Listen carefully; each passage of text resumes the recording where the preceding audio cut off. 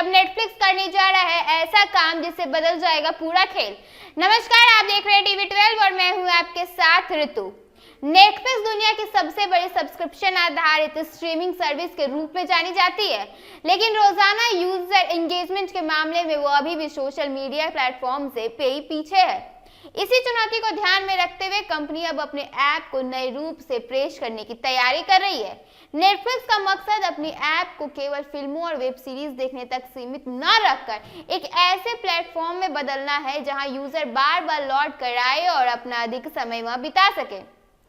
अब तक नेटफ्लिक्स की पहचान एक कंटेंट लाइब्रेरी के रूप में किया जाता था। यहाँ यूजर लॉगिन करके अपनी पसंद की फिल्म या शो देखते थे और फिर ऐप बंद कर देते थे।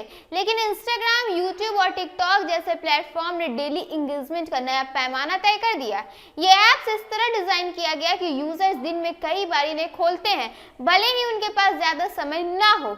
इसी वजह से नेटफ्लिक्स अब इन सोशल मीडिया दिग्गजों को सीधी टक्कर देने की रणनीति पर काम कर रही है।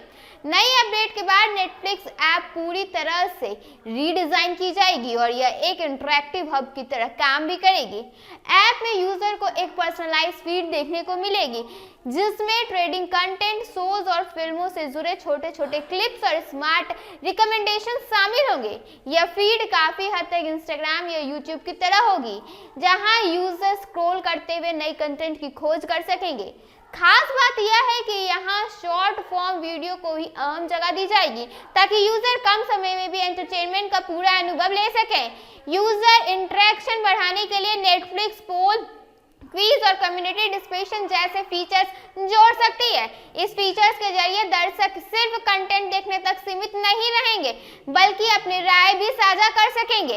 ऐप का फोकस डेली डिस्कवरी पे होगा, जिससे यूजर अपनी पहले से भी वॉच लिस्ट के बाहर जा के नई फिल्म और शोज को खोज सकें। इससे कंटेंट की खोज ज्यादा आसान और दिलचस्प हो जाएगी। फिलहाल नेटफ्लिक्स के सामने सबसे बड़ी चुनौती यही है कि उनके यूजर्स रोजाना ऐप नहीं खोलते। अक्सर ऐसा होता है कि कोई यूजर एक दिन कई घंटे तक शो या फिल्म देखता है, लेकिन अगले कई दिनों तक ऐप नहीं खोलता है। इसके उलट सोशल मीडिया प्लेटफॉर्म पर यूजर की रोजाना और बार बार मौजूदगी रहती है। नेटफ्लिक्स इस अंतर को खत्म करना चाहती है और चाहती है कि यूजर तब भी प्लेटफॉर्म पर समय बिताए जब वे कुछ देखने के मूड में हो। कंपनी को उम्मीद है कि इस नए अपडेट से यूजर रिटेंशन बढ़ेगा और लोग नेटफ्लिक्स के साथ ज्यादा जुड़ाव भी महसूस कर सकेंगे। लंबे समय में इसे न सिर्फ ऐप पर बिताया जा सकेगा, बल्कि डिजिटल एंटरटेनमेंट की दुनिया में नेटफ्लिक्स की पकड़ भी कई हद तक मजबूत बनती नजर आएगी। अभी के इस खबर में बस इतना ही है। ऐसे ही तमाम खबरों के साथ बने रहने के लिए देखिए टीवी 12। धन्यवाद।